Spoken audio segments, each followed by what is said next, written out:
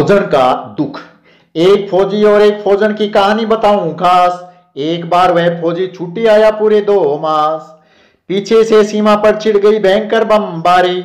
फौजी कहने लगा अब तो ड्यूटी पर जाना होगा प्यारी। छुट्टी कैंसिल का आ गया सीओ साहब का आदेश। दुश्मन सेना घुसपैठ कर रही, कोई नहीं रहे शेष।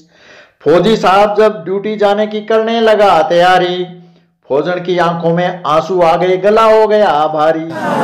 फौजी बोला क्यों छोटा मन कर रही हो होकर फौजी की नारी। देश की रखवाली मेरी जिम्मेवारी, परिवार की तेरी सारी। मानता हूं देश में सबसे ज्यादा दुखी किसान, दूसरे नंबर की बात करें तो फौजी की वीरवान। आर्थिक तंगी के कारण आधा भूखा रहता है किसान, शुक्र करो फौज की कैंटीन से मिलता है हमें सामान। आते समय कैंटीन से भरकर लाया 2 सूटकेस, अन्य जरूरत का सामान बाजार से ले आया शेष। तिलक लगाकर विदाई दो मत रखो गमी, फौजी द्वारा समझाने पर वह रोने से थमी। वह फौजी रिटायरमेंट होकर आया कुछ साल बाद, आकर सारे नियम कायदे फौज के फौजन पर दिए एला। जल्दी उठाना, योग कसरत कराना, नहीं करने दे आराम।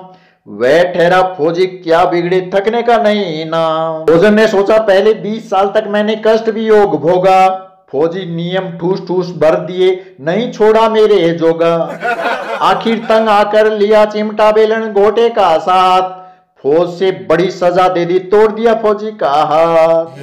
फिर फौजन ने सोचा लगा दिया जाए इनको काम खेती, घर पर रोजाना झगड़ा नहीं होगा, आमदनी भी होगी सेठी।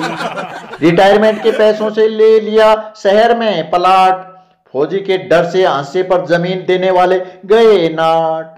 फौजन ने खेती कराने की पक्की ली ठान, खेती तो आपको करनी है मेरे भाऊ जो तो शमशान। फौजी कहने लगा शमशान में तो हमारा भी है सिर, देखते हैं कौन रोकता है मुझ पर कौन चलावे तीर।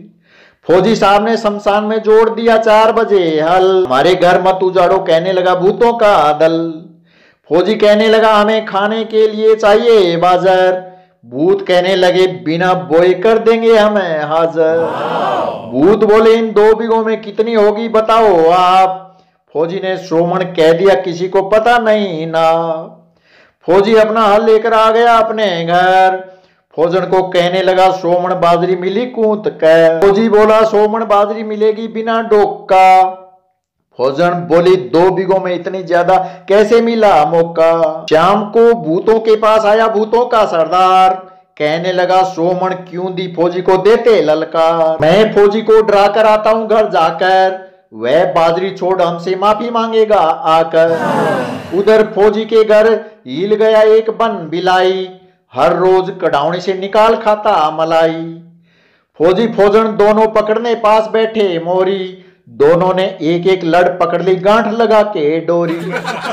उस मोरी से भूत सरदार आया बन बिलाव की बजाय, फौजी फौजन ने खींचकर रस्सी सरदार लिया बंधाए। बंधा हुआ सरदार फौजी फौजन की मार खाए, बोला जो मांगो वह देंगे मुझे छोड़ो तेरी काली गाय। सरदार बोला साबत बाजरी लोगे या पीसा हुआ आटा, फौजी बोला आटा लेंगे पता साहब को नहीं दिनों का हो जाता खाटा। भूतों द्वारा बाजरे का आटा पीस कर फौजी साहब के पहुंचाया फिर घर। कहावत सार्थक हुई गए हाथ छोड़ने रोजे लिए झाल, फौजी फौजन ने सोमण बाजरी आटा खाया कई साल।